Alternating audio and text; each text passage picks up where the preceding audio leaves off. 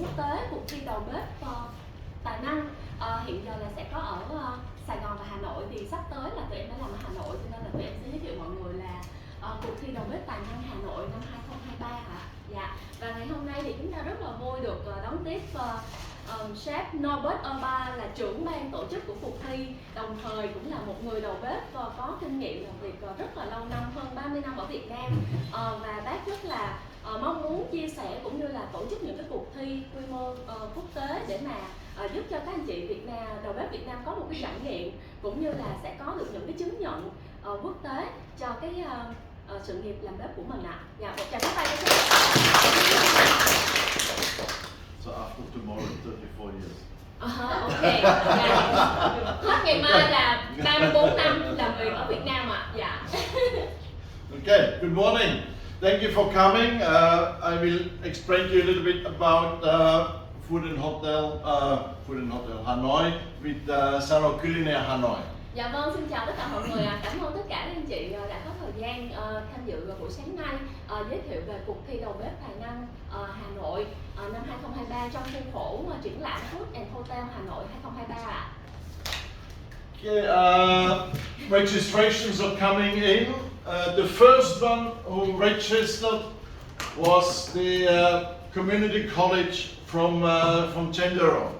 Dạ vâng, và tính đến hiện tại thì tụi em đã có những cái đơn đăng ký đầu tiên mà cũng có từ bên nước ngoài, đó là từ trường cao đẳng cộng đồng của bên community. Yeah. So this college, this university, they have been with us almost every year for the last 5 years. Và rất là vui là cuộc thi của chúng ta cũng được sự ủng hộ của họ trong suốt nhiều năm vừa qua, từ năm 2018 đến giờ ạ. In Saigon and in Hanoi. Yeah.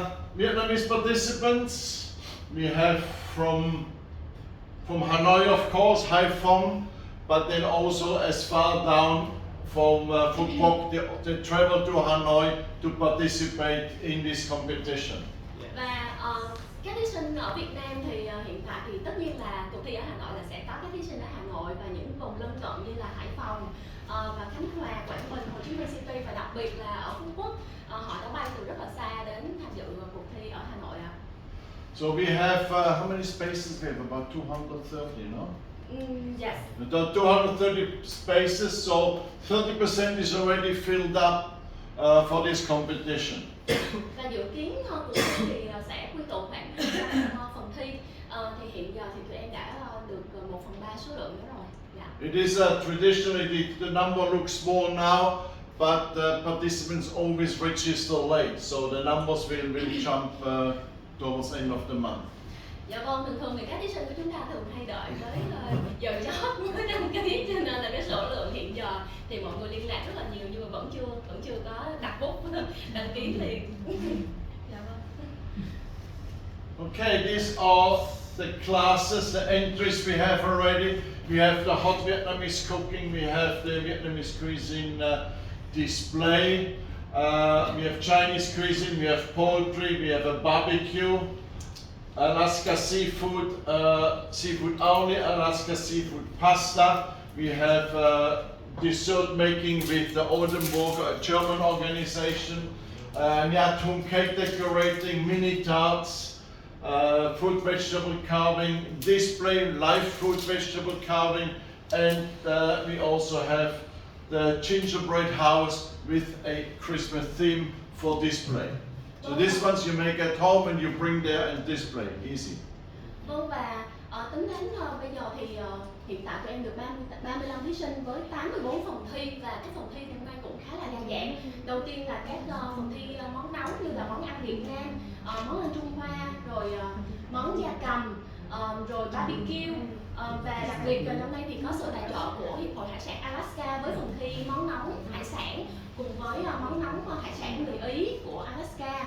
Và bên nhà tài trợ Nhất Hương thì họ sẽ có phần thi là trang trí bánh kem và phần thi bánh mini tart tráng miệng, và tụi em có phần thi điêu khắc thì có điêu khắc biểu diễn tại chỗ và điêu khắc trưng bày, và đặc biệt là có phần thi, tại vì cái dịp này cũng ngay mùa Giáng sinh, cho nên tụi em có cái phần thi là trang trí nhà bánh gừng với chủ đề Giáng sinh. Thì với cái phần thi này mọi người chỉ cần làm trước ở nhà và mang đến thôi, và tụi em chỉ chấm cái điểm trình bày.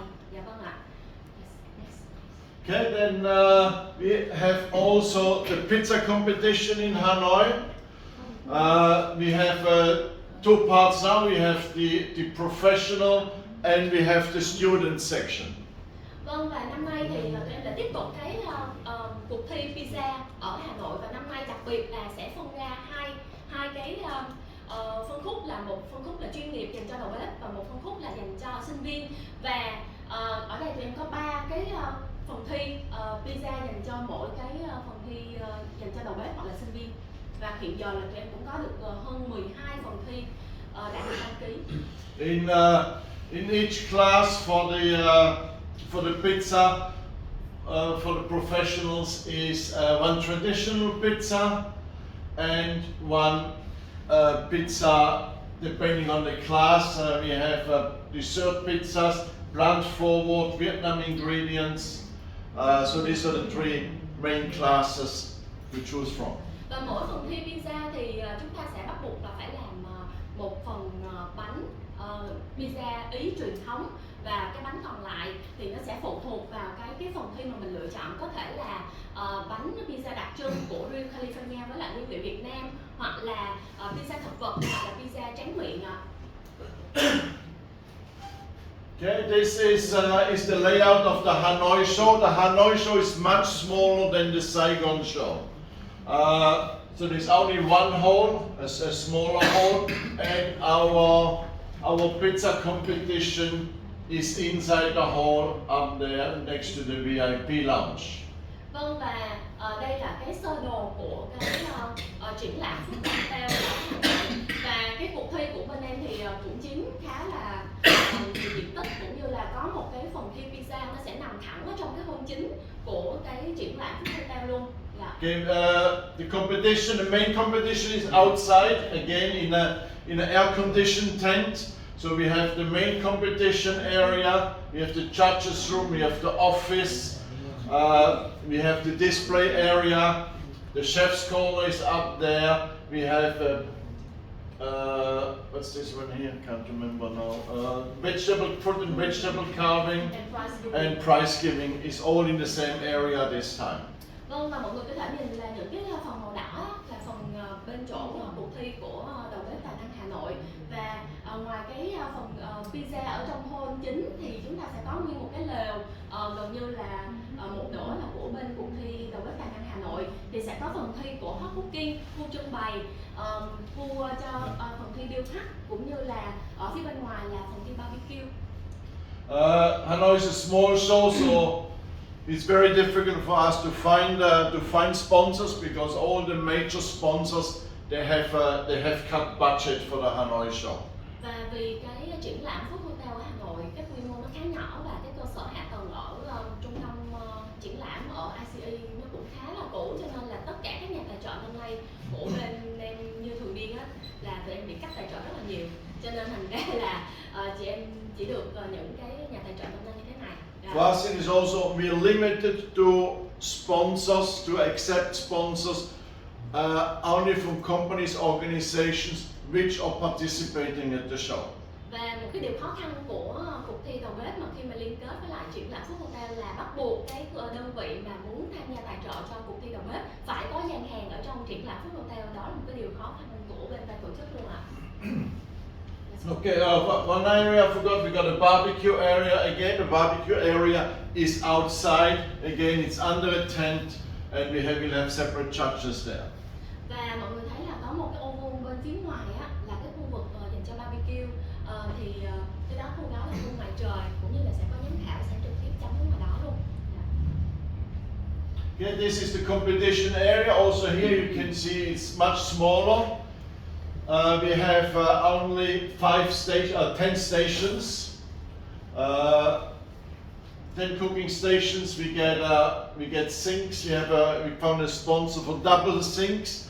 The sponsor is also paying for the water. So for each sink, for the water, they have to pay 20 million dong only for the water line.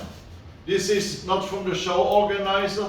This is from the owner of the exhibition hall in Hanoi. So you can see the cost is very high of organizing these things. Và trên đây là cái sơ đồ của 1, 2, 3, 4 10 đó. 10, I think 8, right? 10 stations. 10 station. Dạ, chúng ta sẽ có 10 bếp, có 10 bếp cho cái khu vực hot cooking, và mọi người thấy là sẽ có những cái bồn rửa cho thí sinh của chúng ta. Thì hiện giờ bên đã deal được là 3 cái khu vực bồn rửa cho cái khu hot cooking, và bác Đầu bếp cũng có chia sẻ luôn là cái chi phí ở ngoài Hà Nội rất là cao, mà nó không phải xuất phát là từ ban tổ chức của show, mà là ban tổ chức của cái triển của cái trung tâm hội nghị đó. Một cái đường nước như vậy là họ charge tụi em 20 triệu. Dạ, 20 triệu cho một cái đường nước thôi, một cái line nước thôi. Dạ. Okay, we have, let's go back one. We have the entrance for the competition. This is a parking area for the government, so we are only allowed to offload here, and the entrance is from this side. Và cái khu vực mà cái lối vào của cái cuộc thi của chúng ta sẽ không đi vào từ cái hướng của triển lãm, mà chúng ta sẽ đi vào từ bên hông để mọi người vào thẳng cái cuộc thi luôn. Dạ, thì đến lúc đó thì tụi em sẽ hướng dẫn là mình sẽ đi vào cái đường nào, cái lối nào. So this is the entrance area here. We also will have a registration. There's a security there, and for your equipment, we have all this area here. You have to secure your equipment yourself, such as boxes where you can put the lock on to store your equipment there. Và sau khi mà chúng ta vào trong cái lối vào của dành cho thí sinh thì sẽ có khu vực đăng ký, cũng như là bảo vệ sẽ kiểm tra đồng phục cũng như là giày dép của chúng ta sẽ có hợp quy định hay không. Thì sau đó thì khi chúng ta sẽ tiến vào thì mọi người sẽ có một cái khu vực chờ dành cho các thí sinh chuẩn bị thi cái phòng thi kế tiếp. Thì mọi người có thể để tất cả những cái đồ đạc nguyên liệu của mình ở đó, nhưng mà chúng ta nếu mà cẩn thận chúng ta nên khóa lại hoặc là chúng ta bọc kỹ lại để tránh cái việc hư hao và làm mất đồ của chúng ta nhé. Okay, let's go quickly to the rule book. In details, you can download the rule book from Facebook. We show you the QR code later. Just let's go through it, and if you have any questions, please ask now. Don't wait to the end. You forget. Chúng ta sẽ đi lướt nhanh cái thông tin điều lệ, và thực tế là cái này tụi em đã có đăng ở trên Facebook rồi. Mọi người có thể là download trên cái Facebook, chút xíu là tụi em sẽ hiện lên cái QR code cho mọi người để mọi người dễ theo dõi hơn nha. Và nếu mà trong quá trình mà bác chia sẻ thì mọi người có thắc mắc hay câu hỏi gì thì mình hỏi luôn, mình đừng đợi tới phút cuối nha mọi người ha. Dạ.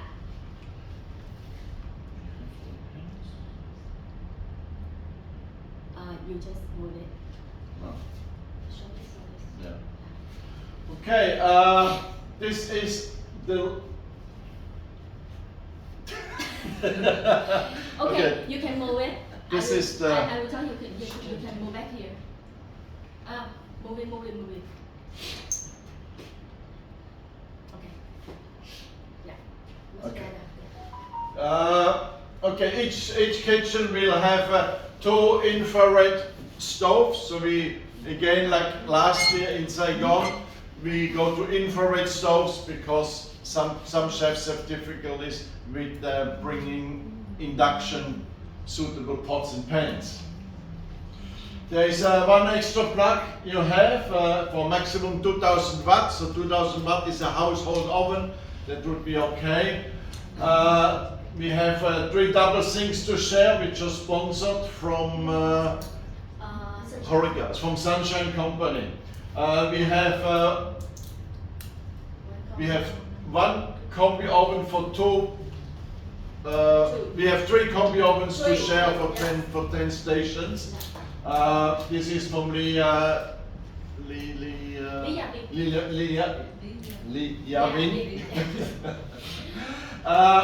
Extension cords, double plug extension cords you can use, but you cannot use double plugs, because if you put too much equipment on it, we will have problem with the breaker. Vâng, và phần thi mà bếp nấu cũng như là cái setup cơ bản dành cho tất cả thí sinh thì ban tổ chức sẽ chuẩn bị cho các anh chị là 2 cái bếp hồng ngoại, và cái bếp hồng ngoại này thì nó có thể sử dụng cho tất cả các nồi chảo. Mọi năm thì hồi đó chúng ta xài bếp điện từ thì nó hơi kén cái nồi để xài, nhưng mà bếp hồng ngoại thì các anh chị có thể mang tất cả các nồi chảo, các anh chị đều sử dụng cái bếp hồng ngoại này. Cái thứ hai là tụi em có chuẩn bị một cái ổ cắm, và cái công suất của nó maximum là 2000W các anh chị ha. Thì cái công suất này bác có nói là thường là những cái lò nướng gia đình hoặc là những cái máy xay sinh tố gì đó thì nó vẫn đáp ứng được cái công suất này. Và ở đây thì chúng ta có 3 cái bồn đôi dùng chung cho 10 thí sinh, cũng như là 3 cái combi oven sử dụng chung cho các thí sinh. Và các anh chị có thể là đem ổ cắm nối dài để cho các anh chị sử dụng tiện lợi. Tuy nhiên không được cắm cùng một lúc hai thiết bị chung với nhau thì nó sẽ bị quá tải công suất và nó sẽ sập nguồn. Okay, this is the combi oven you will have to work with. It's a MyChef oven from Liavien. They will set it up. The trays will be there. We have. There's also there's no water connection for this one. Huh? We have water connection. Okay, so you can also steam in there. But again, you have to look. You have 3 ovens for 10 people, so you have to see what you can do. Yeah. Vâng, và đây là cái phần giới thiệu về cái lò nướng combi sẽ sử dụng ở trong triển lãm được nhà tài trợ Lý Gia Viên và MyChef tài trợ. Thì với cái lò này thì chúng ta có số lượng là 3 lò cho 10 thí sinh của chúng ta thi. Và các thí sinh sau khi mà nhận cái lịch thi của mình thì mọi người có thể là, hoặc là lúc mà đăng ký mọi người có thể báo trước với lại ban tổ chức là mọi người có muốn sử dụng cái lò này hay không, để ban tổ chức sắp cái lịch thi cho nó phù hợp, để cho cái lò này không có bị quá tải trong cái lúc các chị thi, và có sẵn cái khay theo từng cái kích thước và cái độ sâu để cho các chị thực hiện luôn. Rồi cái lò này nó có đường nước ở trong đó, cho nên là chúng ta có thể là hấp với cái chức năng hấp nữa. If you bring your own trays, containers to fit the oven, this is gastronom and 1/1. Mark it so to make sure you can prove it's yours. Vâng, và nếu mà chúng ta muốn sử dụng cái khay của mình thì mọi người có thể kiểm tra cái model G6GN1/1 của MyChef để hoặc là chúng ta có thể là làm quen trước cái lò này, hoặc là chúng ta biết là cái khay chúng ta có tích hợp sử dụng được cho cái lò này hay không. GN1/1, this is the standard size to fit into these ovens. Okay, pizza competition. Liavien again is a big sponsor for that for us. Each participant will have 2 ovens. You got a pizza peel. You got a pizza turner. We have refrigeration sponsored by Sunshine. Again, same last time, underbench refrigeration, which we use for our cheese. We have wooden boards to present the pizza, so you don't need to bring anything for that. We have table scrapers. The knife will be with the judges. The judges will also have a temperature gun. The main sponsor is the real California milk, the California Milk Advisory Board. Vâng, và đến chúng ta sẽ tìm hiểu một cái phòng thi khá là thú vị, và cái giải thưởng cũng rất là xịn sò. Chút xíu là sẽ thông báo mọi người sau, đó là phần thi pizza của Real California. Thì nhà tài trợ chính sẽ là phô mai Real California, và tất cả thí sinh sử dụng bắt buộc phải sử dụng cái phô mai của Real California Milk. Và chút xíu mình sẽ nói những cái loại phô mai nào nó sẽ được tài trợ. Và tiếp theo là phần trang thiết bị sẽ được tài trợ bởi Lý Gia Viên với cái 4 cái lò nướng pizza Oni. Thì mỗi thí sinh sẽ được 2 cái lò nướng pizza, và ban tổ chức cũng đã chuẩn bị luôn cho các anh chị là những cái đồ để đút lò, rồi pizza ra bánh thì đã có luôn cái đế gỗ để mà phục vụ cho giám khảo, cũng như là tụi em mới được tài trợ bên Sunshine là 2 cái tủ mát, 2 cái bàn mát, thì thí sinh sẽ làm trực tiếp trên đó, và cái phần phô mai được tài trợ sẽ được cất vào ở trong cái tủ mát bên dưới của cái bàn luôn. Pizzas available will be California mozzarella, California cheddar, and California blue cheese, and only California cheeses are allowed. No other cheeses at all. Only cheeses from here. Vâng, và tất cả thí sinh phần thi pizza bắt buộc phải sử dụng sản phẩm tài trợ phô mai Real California Milk. Ở đây tụi em sẽ có 3 loại là mozzarella, cheddar và blue cheese. Và bắt buộc là chúng ta chỉ sử dụng 3 loại này thôi, sử dụng lại chúng ta sẽ bị loại. Okay, these are the ovens you get. Each participant will have 2 ovens like this. Liavien is importing this oven, or has imported this one specially for our competition. This is a brand new variety from Uni. Don't see the brand here. Uni brand.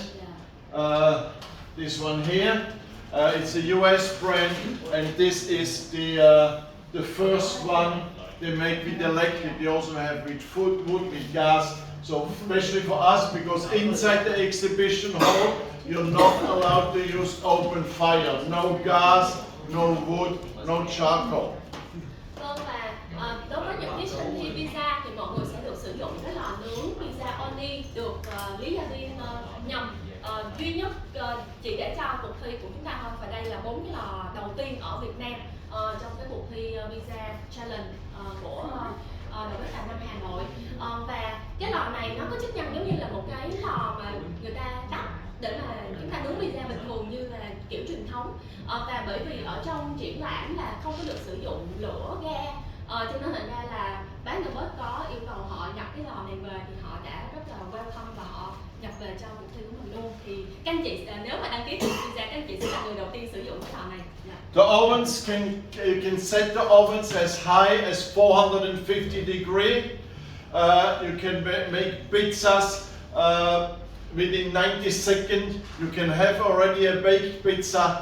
So it's something you have to consider because you have 30-minute time to prepare for pizza. The time 30 minutes is when your last pizza is in the oven. And not when you take it out, so when it goes into the oven, the last pizza, this is the 30 minutes. Và cái lò này, cái nhiệt độ nó lên được cao nhất là đến 450 độ C, cho nên thành ra là trong cái thời gian 30 phút thi của các anh chị sẽ cân nhắc là các anh chị không nên nướng quá trước quá lâu. Và trong 30 phút thì ban tổ chức cho các anh chị quyền là đến hết 30 phút là cái bánh pizza cuối cùng sẽ được cho vào lò là hợp lệ, chứ không phải là nướng hết 4 cái trong thời gian 30 phút mà các chị ha. Và chấm thì ban giám khảo sẽ chấm ngay tại chỗ, ngay trên bàn, ngay tại cuộc thi luôn, cho nên là mọi người sẽ không phải chờ lâu, cho nên là mọi người phải căn cái thời gian ra bánh cho nó phù hợp. Okay, the rules for the pizza is you have to make 2 sets, so you have to make one traditional and one of the other one you choose.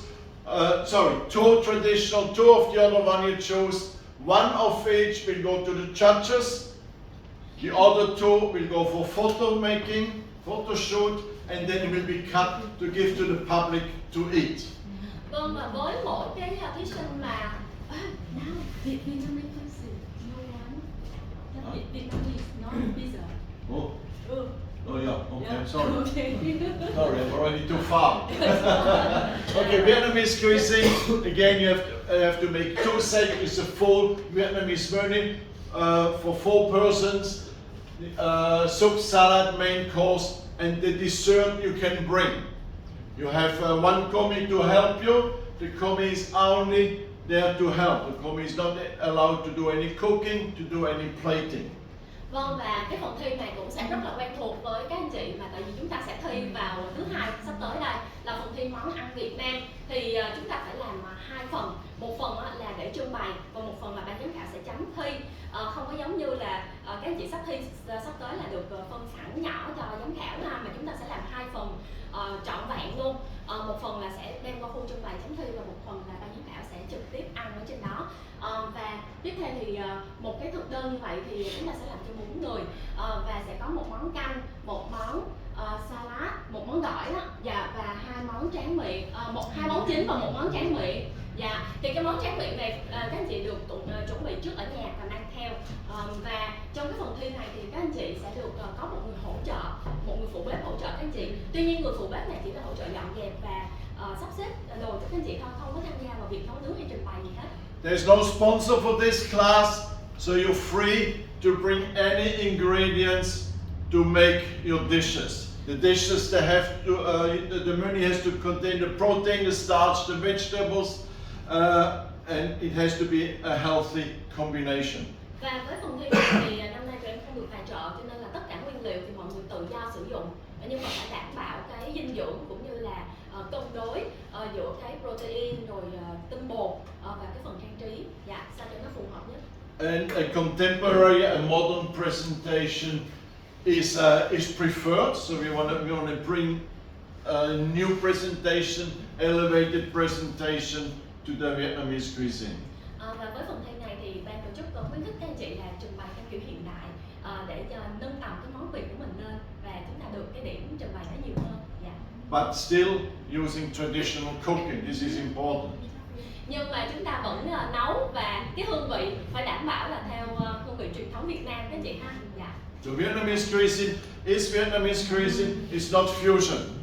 So we just want to have the Vietnamese cuisine in its purest form with the new presentation. Vâng, và với phần thi món ăn Việt Nam thì chúng ta phải đảm bảo là có hương vị và cách nấu là theo đúng truyền thống Việt Nam. Chúng ta không có fusion gì ở đây hết. Fusion nó sẽ dành cho những phần thi tiếp theo. Yeah. And any Vietnamese cuisine goes from the far north to the deep south, from the east to the west. So anything is up to you. Và các anh chị, ví dụ người miền Bắc như vậy, các anh chị muốn nấu kiểu miền Tây hay là miền Trung gì đó, thế là tùy do các anh chị thôi, miễn là chúng ta nấu món Việt Nam là ok.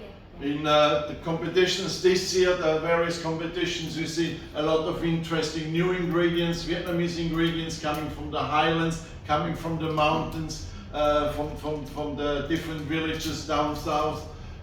So this makes it all interesting, also for us and also for the judges to see new things, to learn new things.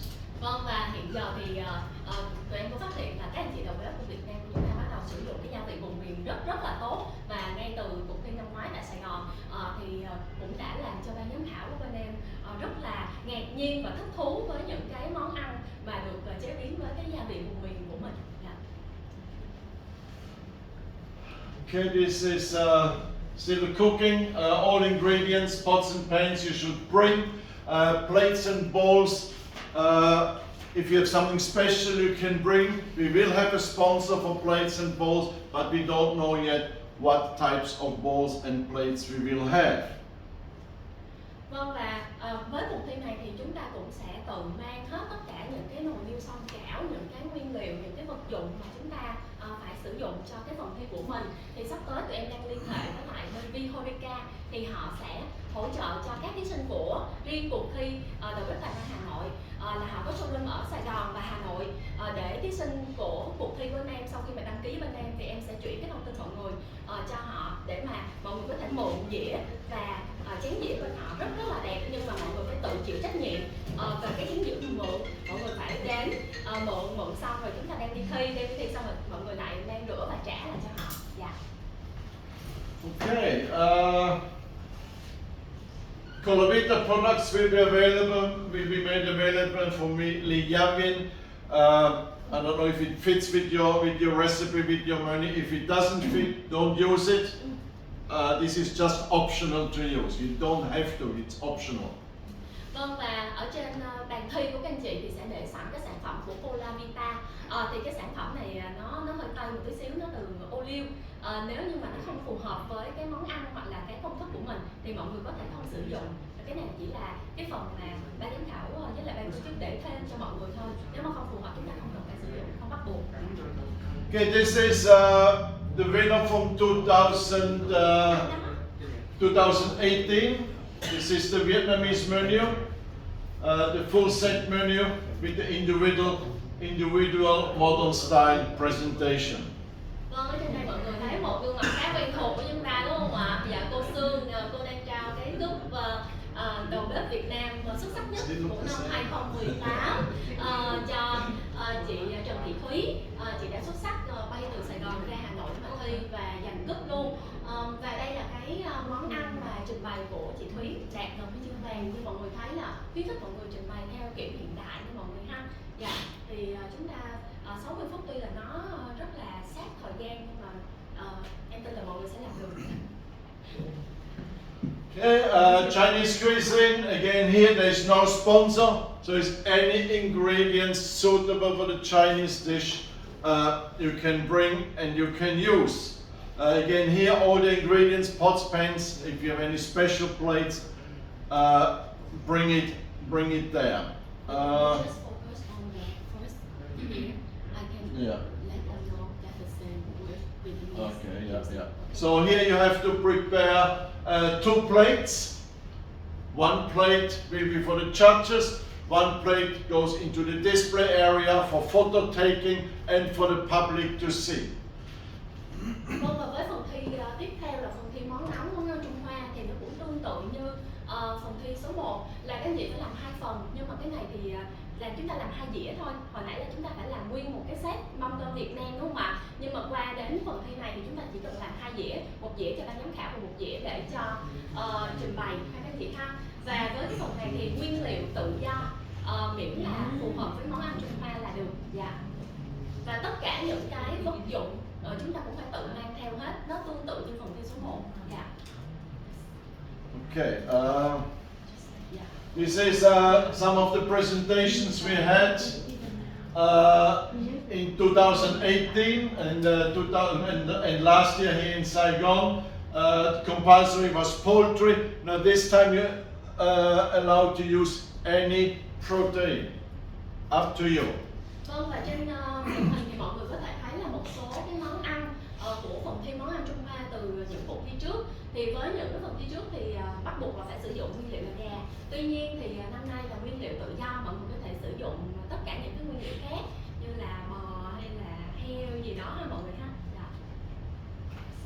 Okay, this is poultry. Also here for poultry there is no sponsor, so you can bring any poultry.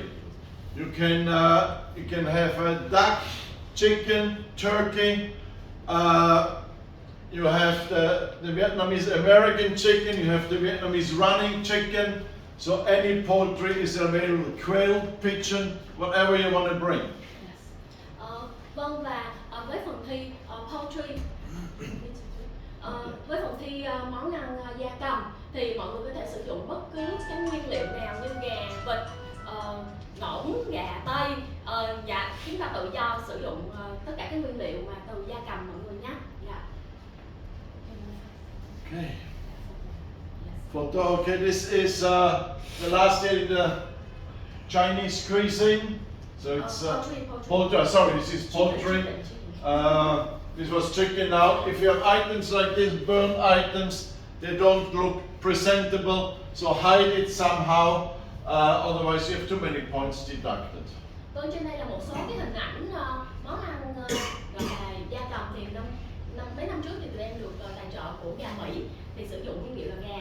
Thì mọi người có thể tham khảo những cái đề cơ cũng như là cái cách trang trí của các thí sinh trước. Tuy nhiên ở đây có một cái hình ảnh là cái thành phẩm nó bị cháy, cho nên thành ra là khuyên mọi người chúng ta có thể làm cẩn thận khéo léo để cái thành phẩm chúng ta nó không có bị cháy thì chúng ta sẽ đạt điểm tốt hơn nha. Yeah. Okay, barbecue, flame of passion we call it. So again here it's freestyle, any protein, any ingredients you want to bring for this class. What we have, we reduced the cooking time to 90 minutes because we're expecting more Vietnamese style barbecue, not the American style barbecue. Và năm nay làm ở Hà Nội thì tụi em cũng có một phần thi khá là mới là barbecue. Với barbecue này thì thời gian của chúng ta sẽ là 90 phút và các anh chị có thể sử dụng bất kỳ nguyên liệu nào. Và vì Hà Nội có một cái truyền thống những món nướng rất là đặc trưng, cho nên hy vọng là chúng ta sẽ có được những món nướng gọi đặc trưng của Hà Thành để trong cuộc thi của chúng ta. Okay, these are some presentations we had last year here in Saigon. Everything has to be cooked on the grill. If you use potatoes, your vegetables, everything must be cooked on the grill. Presentations we have here quite nice. We had the pork ribs last year, so we have the starch, we have the vegetable, there's the sauce here as well. Different presentation, nice presentations. Even here, they put it into a roll, so new ideas. Vâng, và với phần thi barbecue này thì tất cả những cái món ăn hoặc là sốt hoặc là rau củ các anh chị phải làm hoàn tất trên cái bếp barbecue. Thì chút xíu nữa thì các anh chị sẽ thấy được cái bếp barbecue của bên nhà tài trợ rất là xinh, rất là đẹp. Và ở đây là một số cái ý tưởng mà từ cuộc thi Đầu bếp Tài năng Việt Nam mới xong ở Sài Gòn của tụi em xong. Mọi người thấy tất cả những rau củ cũng như các loại sốt và những cái thành phẩm làm từ trên cái bếp barbecue cũng rất là hoàn thiện và hoàn chỉnh. Very important because you're going to be outside. Okay, Hanoi in November, the temperatures are quite pleasant, but it's still too hot for the food. So make sure pack your food, which needs to be cold with ice. Vâng, và vì cái khu vực của chúng ta thi là ở ngoài trời, nhưng mà thời tiết ở Hà Nội vào cái mùa thu đó thì cũng không có bị quá nóng lắm. nhưng mà mọi người phải cẩn thận là tất cả những nguyên liệu của chúng ta phải bỏ vào trong thùng đá để đảm bảo cái nhiệt độ cho nó an toàn vệ sinh mọi người nha. We don't want to have any sick judges. In 2009, when I was in Thailand in competition, we had 4 judges sick and one had to go to the hospital. So we don't want that. Dạ vâng, và chúng ta phải là một người thí sinh khi đi thi thì chúng ta phải đảm bảo nguyên liệu chúng ta an toàn trước, đúng không ạ? Và tụi em cũng không muốn là xảy ra bất kỳ cái trường hợp nào ngộ độc hay là giám khảo của tụi em sẽ bị đi vào trong bệnh viện mọi người nhé. Dạ. Okay, this is the equipment we have. We have a grill from Hester Blumenthal. Again, Lee Yavin is the general sponsor for this one. We have 4 of these grills. We will preheat them for you. They only take 15 minutes to heat up. They have an electric heating system, but then after they run on charcoal. The charcoal we will supply. You have a large grilling surface of 45 centimeters inside the grill, so it's quite a good setup. Vâng, và ở đây mọi người có thể thấy đó là một cái bếp lò nướng của bên Lý Gia Viên, họ cũng tài trợ cho cái phần thi barbecue. Thì với mỗi cái lò này tụi em sẽ cung cấp cho mọi người trước những cái than không khói để mọi người sử dụng luôn. Mọi người chỉ cần mang những cái vật dụng và nguyên liệu của mọi người tới thôi. Và cái lò này thì nó sẽ được set up trước khoảng 30 phút và sau đó thì nó sẽ chạy bằng than. Cho nên là cái bếp này gần như là cái bếp than bình thường luôn, nhưng mà nó sẽ tự đánh lửa và reheat cho mọi người cái phần than không khói. Và ở đây ban tổ chức cũng cung cấp cho mọi người một cái bồn rửa cũng như là 2 cái bàn để mọi người thao tác.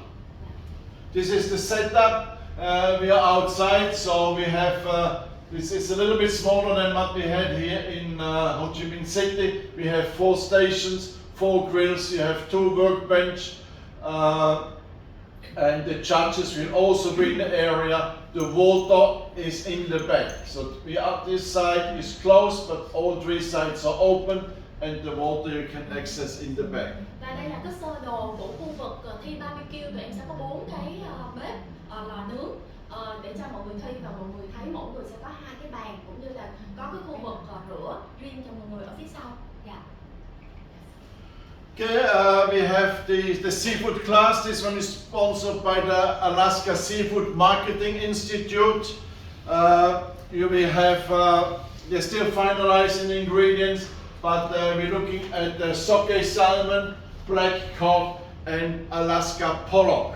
Và tiếp theo chúng ta sẽ đến cái phần thi có tài trợ của Hiệp hội Hải sản Alaska, đó là phần thi số 5, phần thi món nóng hải sản Alaska. Thì với phần thi này thì chúng ta sẽ được tài trợ cá hồi đỏ Alaska, cá than đen Alaska và cá minh thái Alaska. Tụi em đang tiếp tục cập nhật cái sản phẩm nếu mà họ mong muốn tài trợ thêm những cái sản phẩm đa dạng hơn cho mọi người. Okay, same for this is still the seafood class. These are the ingredients. We have the black cod, sockeye salmon, and the Alaska pollock. Now, this is a picture of a fresh salmon. Alaska salmon comes only frozen. So it will be a little bit softer. The Alaska pollock and the black cod, they're easier to cook. They're very forgiving. They're quite firm fish. Vâng, ở trên đây thì mọi người thấy những cái hình ảnh, những cái sản phẩm tài trợ của Alaska. Thì cái cá hồi đỏ thì bác có nói là tất cả những cái sản phẩm họ tài trợ là sản phẩm đông lạnh, cho nên là cái thịt cá nó sẽ hơi mềm để tí xíu. Tại hàng đông lạnh chúng ta sẽ đông ra thì nó sẽ bị như vậy. Tuy nhiên với cá minh thái và cá than đen, black cod và pollock thì cái thịt cá nó rất là chắc và mọi người nấu nó rất là dễ, mọi người cứ yên tâm. Snow crab will not be available, king crab not either. Alaska has closed the fishing last year, so there is no stock to protect the species, for the species to regenerate. Và vì năm nay thì có thay đổi cái chế độ đánh bắt ở bên Alaska, cho nên sẽ không có những cái con cua tuyết hay là cua hoàng đế, cho nên là sẽ không có cái phần này.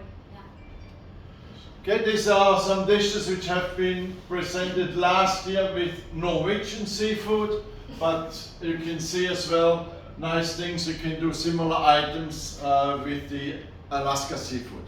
Vâng, đây là những cái hình ảnh tham khảo cho các anh chị trong những cái phần thi trước cũng về là hải sản. Yeah. Okay, Alaska seafood pasta, you will have the same products available, black cod, sockeye salmon and pollock. You have 45 minutes for this one, for this class, to produce and present your dishes. Và thời gian của phần thi tiếp theo là mì Ý hải sản Alaska, nó sẽ ngắn hơn tí xíu, nó chỉ có 45 phút thôi. Và với cái phần thi này thì những cái sản phẩm tương tự như là trong cái phần thi hải sản Alaska chúng ta có cá hồi đỏ, cá than đen và cá măng Thái. Yeah. Okay, these are dishes which have been produced last year in Saigon and also in Hanoi in 2018. Fresh pasta is preferred, so if you make a fresh pasta, the judges like that more than if you bring a dry packet and you cook it. The pasta dough, you can make it there or you can bring it. You can make the pasta dough at home, you can bring it and then put it to the machine at the competition. Vâng, và với phần thi này thì ở trên những cái hình ảnh này là của những quán quân của những cuộc thi trước về phần thi mì Ý hải sản. Và với cái phần thi này thì khuyến khích mọi người là chúng ta có thể tự nhào cái đô pasta trước ở nhà. Chúng ta có thể mang cái đô tươi đó đến cuộc thi và chúng ta cán, hoặc là chúng ta tạo hình để ra được cái đô tươi ngon nhất, thì ban giám khảo sẽ chấm cho anh chị điểm cao hơn. Chúng ta đừng làm hết trước ở nhà rồi chúng ta mang đến thì không có tính điểm được cho chúng ta làm. Just see, we show a lot of filled pasta here, but of course you can also make a pasta fettuccine, a noodle, a fresh one, and then do something nice with the fish. You can steam the fish, you can pan fry, saute it, and present it on the pasta like that. Và với cái phần mì Ý thì chúng ta thấy là cũng rất là đa dạng đúng không ạ? Chúng ta có thể là cán làm thành những cái ravioli, hoặc là chúng ta có thể là cán noodle, rồi chúng ta có thể là chủ yếu là cái phần hải sản Alaska của chúng ta thì chúng ta nên để nguyên để mà không có bị gọi là che khuất cái thành phẩm hải sản Alaska thì chúng ta sẽ được điểm nhiều hơn. Okay, judging criteria is same as last year. We have mise en place, we have 5 points. We have a correct professional preparation and hygiene. I'm going to go then we have the hygiene and food wastage, presentation and innovation, and the serviceability of your dish.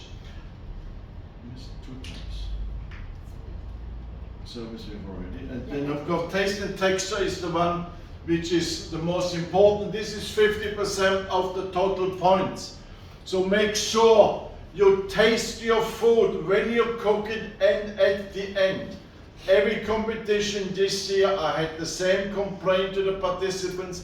The food was tasteless. They didn't taste the food. 90% of the participants didn't taste the food. And that includes vegetables and potato as a side dish. It must also be seasoned. Và đây là những cái tiêu chí sẽ chấm thi cho cái phần thi món nóng. Thì những cái này chúng ta sẽ tìm thấy rất là dễ dàng ở trên cái Facebook của cuộc thi. Thì em sẽ nói nhấn mạnh hơn là cái điểm mà quan trọng nhất là cái điểm mùi vị và hương vị của món ăn. Đây là cái điều mà ban giám khảo cũng như là chef đầu bếp luôn luôn nhắc nhở tất cả các thí sinh trong tất cả các cuộc thi luôn, là cái gì nêm nếm món ăn là phải nêm nếm đều hết tất cả các nguyên liệu ở trong cái món ăn của mình, và đặc biệt là cái thành phẩm món ăn là sau khi mà mọi người hoàn tất mọi người phải nếm thử hết tất cả các nguyên liệu ở trong cái món ăn thành phẩm của mình. Mọi người cứ nghĩ là mọi người đã nêm rồi nhưng thực tế nó chưa có đủ vị. Giống như là mọi người luộc nuôi, mọi người cho muối vào nhưng mọi người cho ít quá thì cái nuôi của mình nó vẫn lạc, nó không có đủ cái lượng muối trong đó. Rồi cái món ăn sau cùng mà thành phẩm mọi người phải ăn cùng với nhau hết, cả nguyên liệu chính, rồi rau củ và sốt ăn cùng với nhau để xem coi là cái vị cuối cùng nó có hoàn chỉnh hay không, nó có đậm đà chưa mọi người ha. Cái điểm này là điểm cao nhất, cho nên là mọi người đừng để bị vượt mất cái điểm này. Okay, the pastry class we have the live dessert making with Oldenburger milk products. So we have full cream milk and we have whipping cream which must be used in this desserts. Again, it's freestyle. 2 dishes for the judges, 2 dishes for the display. Và phần thi số 7 là phần thi món tráng miệng, thì chúng ta được tài trợ bởi nhà tài trợ là Oldenburger, đó là một nhãn hiệu từ Đức. Đó là chúng ta bắt buộc thí sinh của chúng ta phải làm và trình bày 2 món tráng miệng theo phong cách tự do, có thể là món món nóng hoặc là món lạnh. Thì các sản phẩm bắt buộc sử dụng đó là sữa, full cream cũng như là whipping cream của Onion Burger, và thời gian thi của chúng ta sẽ là 90 phút. Okay, 90 minutes. These are the products you have to use. We have milk, full cream milk, 35% fat, and a whipping cream with 35% fat. Dạ vâng, trên đây là hai cái loại sữa cũng như là whipping cream của Onion Burger. Okay, these are desserts we had last year here in Saigon. Some nice presentation. Again, you have the two desserts. They serve it like this. Is a very nice example here. A chocolate dessert, a mousse dessert, nice presentation. A simple dish, the dish itself, the mousse, the chocolate is not too difficult. Vâng, và với cái thời gian 90 phút thì chúng ta nên chọn lựa những cái món tráng miệng nào nó vừa với cái thời gian đó và cái kỹ thuật chúng ta làm tại chỗ. Anh chị hai trên đây thì những cái hình ảnh của những cuộc thi trước đã đạt huy chương để cho các chị tham khảo. Đó là những cái mousse sô cô la, rồi chúng ta sẽ đề co và trang trí cùng với những cái sản phẩm sữa của Onion Burger. So you do have ovens available. So there's this, and also is a bun flan they make here. This is a different style again. Okay, cake decorating, very straightforward. You have to use the cream from Nha Trang company. Then we have different creams available for you. You can maybe open it up a little bit. You can bring a real cake, a real sponge for decorating, or you can bring a dummy cake for decorating, as only the decoration will be judged, not the cake inside. Vâng, và với phần thi làm bánh thì chúng ta được nhà tài trợ của Nhất Hương, và với cái phần thi là trang trí bánh kem, và cái phần thi này bắt buộc chúng ta phải sử dụng cái non dairy cream của Nhất Hương, và sẽ có rất là nhiều sản phẩm đa dạng cho mọi người lựa chọn, và những cái sản phẩm này sẽ được Nhất Hương tài trợ hết. Và với cái phần thi này, nếu mà chúng ta có muốn tìm hiểu thêm thì chúng ta chỉ cần làm một cái bánh thành phẩm và chúng ta trang trí ngay tại chỗ. Thời gian thi là 120 phút. Okay, these creams will be made available by Nha Trang, so you can choose which one is the most suitable for you, which gives you, if you have a fine piping, you need to have a particular cream. For the filling, you can use another one. Vâng, và đây là những cái sản phẩm của cái dòng non dairy cream của Nhất Hương. Thì nếu mà chúng ta có quan tâm tới phần thi này thì chúng ta có thể là đến cơ sở của Nhất Hương ở Sài Gòn và Hà Nội để chúng ta có thể là mua và test thử cái sản phẩm, và nếu mà chúng ta tự tin thì chúng ta sẽ đăng ký phần thi này các chị nhé. So we didn't have so many nice cakes last year, so I have pictures here from previous competitions. Of course, this one is not cream, this is ready-made pastillage, but here the decoration was all done on the spot. Vâng, và đây là những cái hình ảnh của những cuộc thi trước, thì chắc chắn là những cái phần mà vòng tròn hay là decor cái đó là họ sẽ làm trước ở nhà rồi.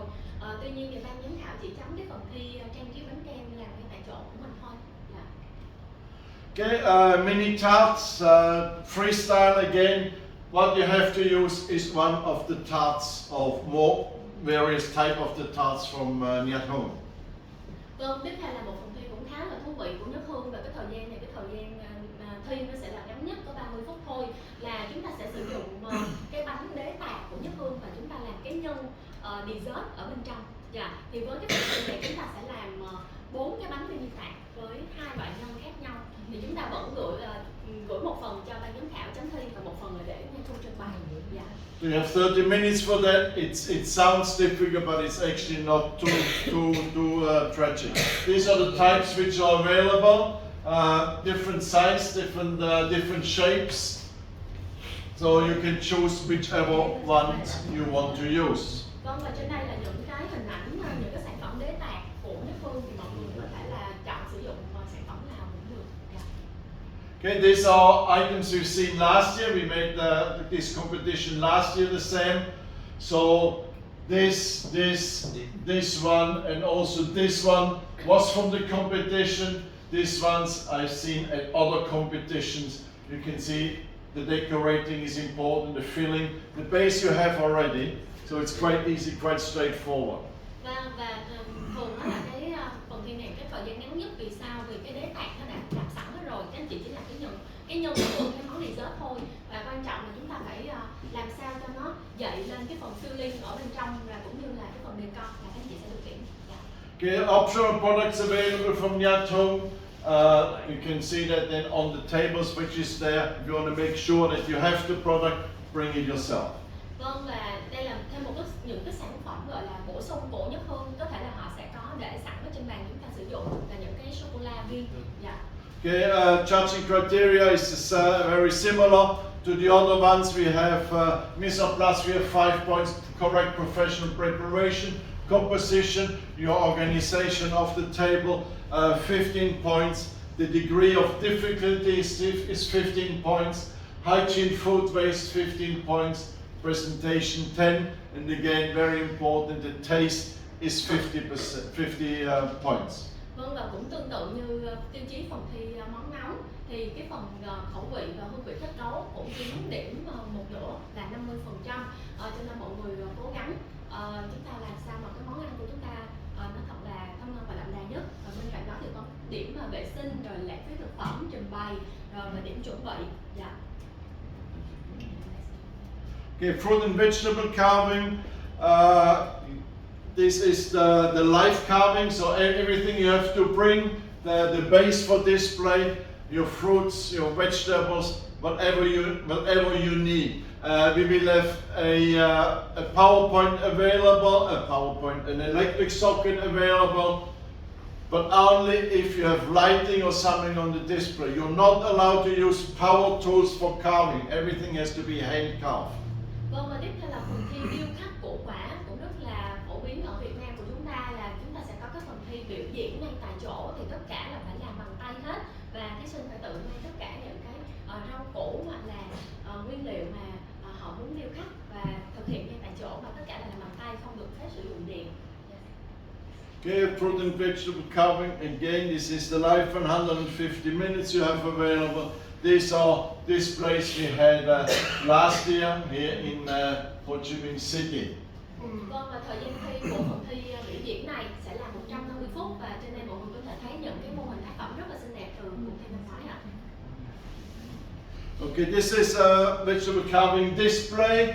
Here you do the carving at home. You go to the show, you set up. There's no more carving at the, during the setup. You bring it there, you set up. Small adjustments, of course, you can do, but there's no major carving. Not that you start carving whole melons during the setup. Và với cái phần thi trình bày điêu khắc cổ quả thì tất cả thì thí sinh được làm sẵn ở nhà hết. Họ chỉ cần mang đến và ráp vào thôi. Và mọi cái thao tác mà điêu khắc thêm ở ngay tại chỗ sẽ bị trừ điểm và bị loại cái phần đó. Tất cả phần điêu khắc thì các anh chị phải điêu khắc từ trước ở nhà và chị đem lên ráp thôi, và ban tổ chức chỉ cho các anh chị là trang trí thêm những cái rau lá, hoa cỏ thôi. Và thời gian setup thì chúng ta sẽ có 60 phút. Okay, this is examples we had last year actually. This was here in Ho Chi Minh City. You see some very nice delicate carvings. Vâng, trên đây là một số cái hình ảnh từ cuộc thi Sài Gòn, mọi người rất là chăm chú và tỉ rất là chi tiết và tinh tế từng cái đường nét. Okay, judging criteria is very similar. Again, we have the artistic expression, which is important, the technical skills, the different carving techniques, creativity and originality, and yeah, that's it. Dạ vâng, và cái tiêu chí chấm thi cũng rất là rõ ràng, nó phân ra là chủ đề thiết kế ấn tượng 30 điểm, rồi thao tác chuyên nghiệp, kỹ thuật chuyên môn là 40 và phần sáng tạo độc đáo sẽ là 30 điểm. Okay, gingerbread display again. Gingerbread Christmas is coming up, so we're doing the Christmas theme. You do that at home, and then you bring it and display. That's it. So you can take all your time. You can have 3-4 weeks in advance. You can make this. If you make the icing properly, it will last you for a month, no problem. But it has to be done properly.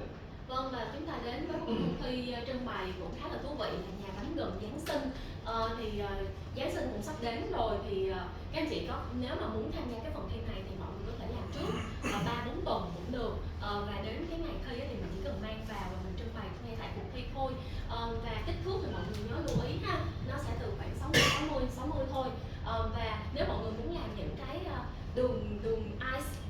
Thì nếu mà chúng ta đảm bảo được cái độ bảo quản lâu á, thì mọi người vẫn có thể làm trước và chúng ta để vào để trang trí thêm ha. Any decoration you can use. Handmade decoration is preferred. Yes, you can buy some candies and M&Ms and things like that, but other decorations should be handmade.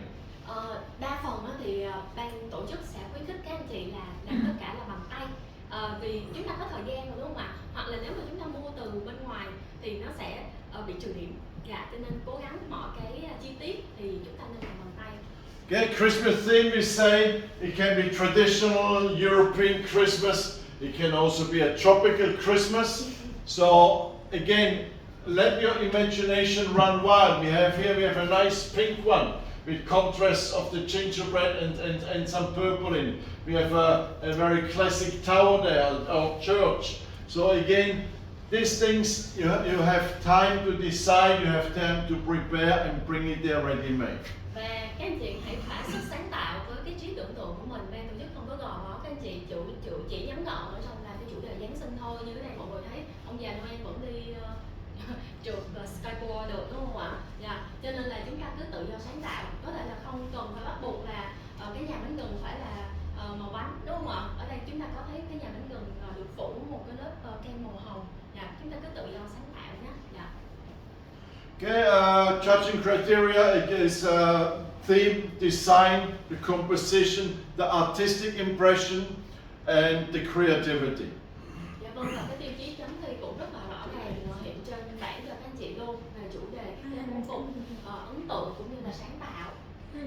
Okay, we have next one we have a food display, not a food display, a display for Vietnamese cuisine. So for this display you pair up with one competitor in the class 1 Vietnamese cuisine and set up the table for them. So you have 60 minutes to set up the table and then they can bring the food and you put it there. Và chúng ta đến một cái phần thi cũng khá là thú vị mà em khuyên là nếu mà các anh chị thi món ăn Việt Nam thì nên đăng ký luôn cái phần thi trưng bày món ăn Việt Nam để chúng ta có cơ hội giành cái cúp đầu bếp món ăn Việt Nam xuất sắc nhất. Đây là cái phần thi mà bắt buộc là chúng ta phải kết hợp hoặc là chúng ta thi luôn cái phần thi số 1 nấu món ăn Việt Nam. Là chúng ta sẽ có 60 phút trước cái giờ thi món ăn Việt Nam mà chúng ta nấu món ăn á, là các anh chị sẽ có 60 phút để set up cái bàn để trưng bày những cái món ăn mà chút xíu nữa các anh chị nấu xong á thì các anh chị sẽ để lên. Okay, these are some examples we had over the last few years, different style of setups. The setup is important that you show, you present the Vietnamese food in an attractive way. Again, we want to elevate the Vietnamese food to make it very attractive. Vâng, và với cái phần thi này thì em muốn khuyến khích mọi người là trình bày theo hướng truyền thống và hiện đại kết hợp với nhau để chúng ta nâng tầm cái món ăn Việt Nam của chúng ta lên. Nhưng mọi người có thể là sử dụng những cái loại gốm sứ nè, rồi hoặc là chúng ta có thể sử dụng những cái loại tre nứa rồi để làm sao cho cái món ăn chúng ta được nổi bật nhất. Judging criteria.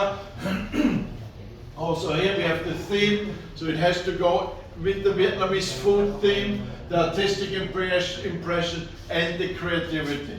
Vâng, và phần này thì chúng ta cũng có tiêu chí rất là rõ ràng về chủ đề ấn tượng nghệ thuật và cũng như là tính sáng tạo cho cái phần thi trưng bày món ăn Việt Nam.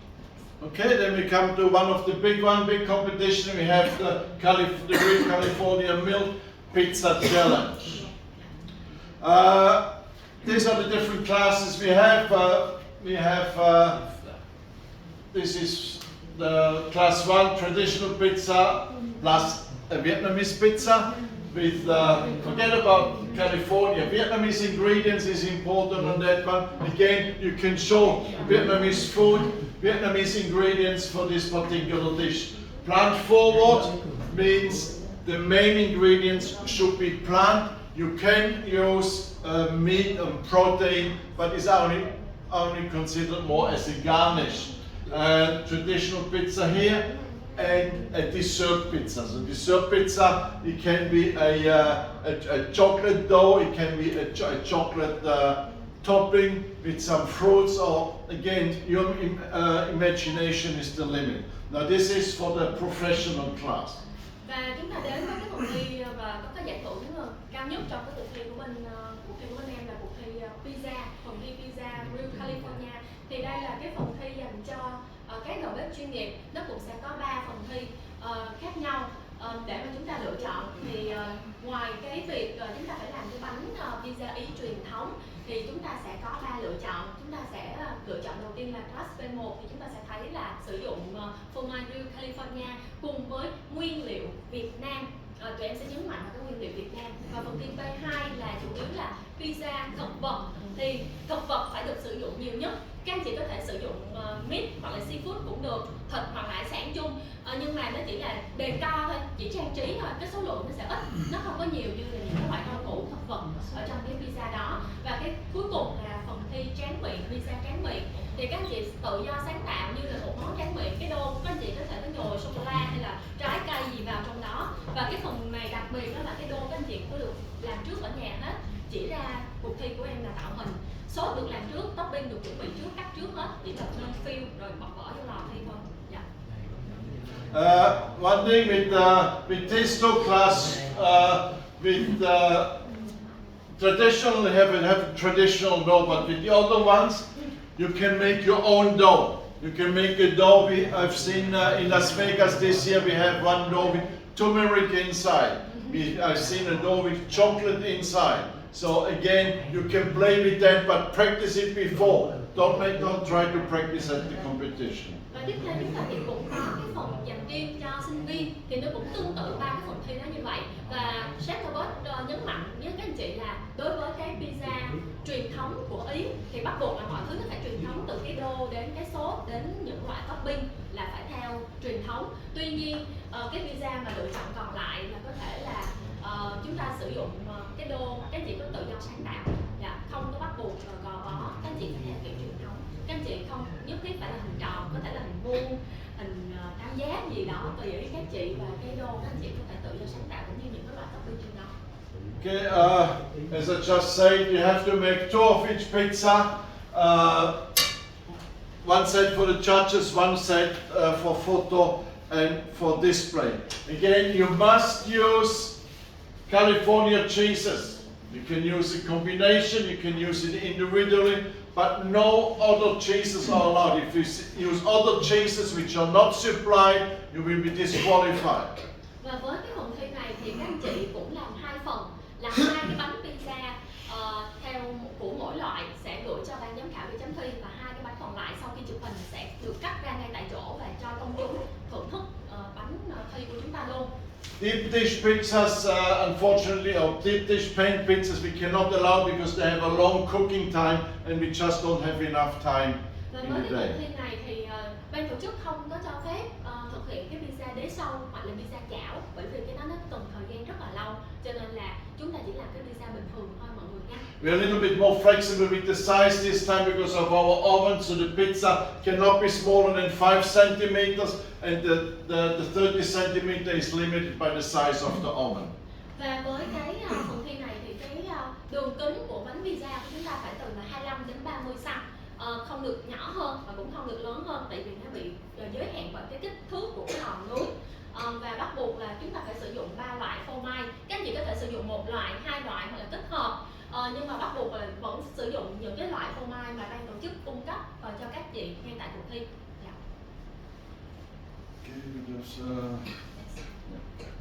The important is you must bring everything ready-made, and there's no food preparation area at the show for the pizza challenge. So you must everything ready-made, everything pre-cut, all the sauces cooked, and all of your dough ready-made.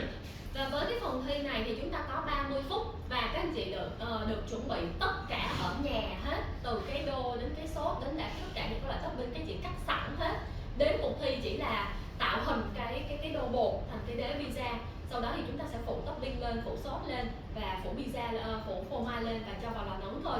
Tụi em không có cái khu vực để cho mọi người sơ chế hay cái gì hết. Also here, Colovita products will be available for you to use. It's more suitable for the pizzas. So we have vinegars, oils, capers, olives, etc.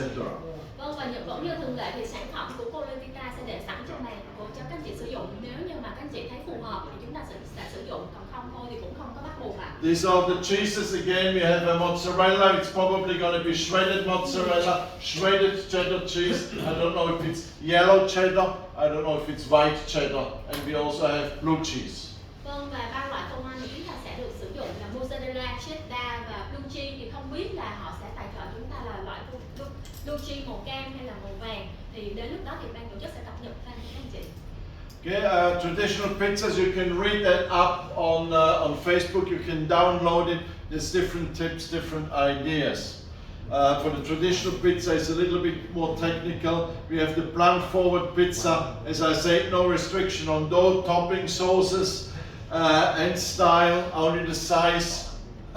You have maximum, minimum 25 meats and non-cheese proteins are considered an optional garnish or condiment, so they're not the main item. Vâng, và những cái gợi ý về các loại pizza truyền thống của Ý hoặc là pizza thực vật hoặc là chút xíu nữa chúng ta sẽ tìm hiểu là pizza tráng miệng thì các anh chị có sẽ rất là dễ dàng tìm thấy trên cái Facebook của cuộc thi Đầu bếp Tài năng Hà Nội. Và ở đây thì bác Robert muốn nhấn mạnh là cái pizza thực vật nghe nó hơi bị lạ với mọi người tí xíu đúng không ạ? Thì chủ yếu là cái nguyên liệu chúng ta sử dụng trong cái pizza này là các loại rau củ và thực vật. Các anh chị vẫn có thể sử dụng thêm thịt, cá hay là hải sản gì đó, tuy nhiên nó chỉ mang tính là decor trang trí thêm cho cái pizza của chúng ta, nó không phải là nguyên liệu chính ha. Nguyên liệu chính sẽ là những cái loại rau củ và thực vật. Okay, dessert pizza also here. Limit is in your imagination. Make an innovative pizza. Again, here use local flavors, use Vietnamese flavors in this pizza. It's always very interesting. Vâng, và với cái phần pizza tráng miệng thì mọi người có thể sức sáng tạo. Chúng ta có thể sử dụng những cái gia vị vùng miền hoặc là những cái món ăn truyền thống của Việt Nam ứng dụng vào trong cái món pizza tráng miệng này cũng rất là thú vị ạ. Okay, some of the tips you can read up on Facebook. But what is very, very important is the truth of product. So if you name a certain style, a certain technique, a certain product, make sure it is included in your pizza because the judges will be looking for that. Vâng, và đây là một số cái lời khuyên cũng như là những cái bí quyết dành cho các anh chị muốn tham gia cái phần thi pizza. Thì chút xíu nữa em sẽ cho mọi người download ở trên cái Facebook, nó sẽ dễ hơn. Nhưng mà bác muốn nhấn mạnh là cái sản phẩm nó phải đúng sự thật. Đó là các anh chị đặt tên cái món ăn pizza như thế nào thì cái thành phẩm của cái pizza nó phải là như vậy, chứ nó đừng có đi lệch hướng. Ví dụ như là chúng ta làm